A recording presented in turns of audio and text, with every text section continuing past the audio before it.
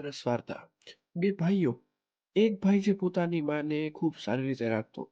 પણ છતાં જે બીજો ભાઈ હતો તેની માં જે હતી તેને ખૂબ પ્યાર કરતી બીજા ભાઈને. જે તેને જેમ ફાવે એમ કહેતો અને જેમ ફાવે એમ બોલ્યા કરતો.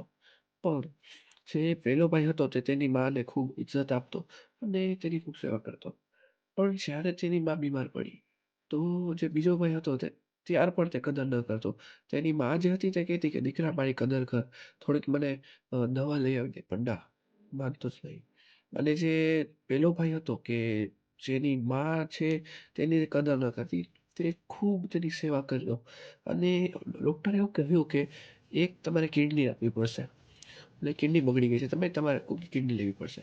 તો બીજો દીકરો હતો તે ના પાડી દીધી કે હું નહીં આપું. અને જે પહેલો દીકરો હતો તેને ખુશી-ખુશી કિડની આપી દીધી. અને તે બાદ તેનું દેહાંત થયું. તો તેની માને ખબર પડી કે પહેલા દીકરાએ કિડની આપી છે. તો જે તે હિબકા ભરી ભરીને રડવા લાગી કે મેં જેને જીવનભર અ, કાંઈ પણ સારું ન કહ્યું, કે જેનું મેં હંમેશા ક્યારેય ગુમાન ન કર્યું, તેને મને બચાવી અને મારો જીવ બચાવ્યો. જ્યારે હું બીજાને જે આટલો પ્રેમ આપતી હતી એને કાંઈ ન કર્યું.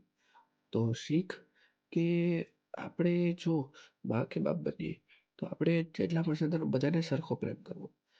તો જો તમને આ વાત ગમી હોય તો લાઈક, શેર અને સબસ્ક્રાઈબ કરવાનું ભૂલશો નહીં. Thank you.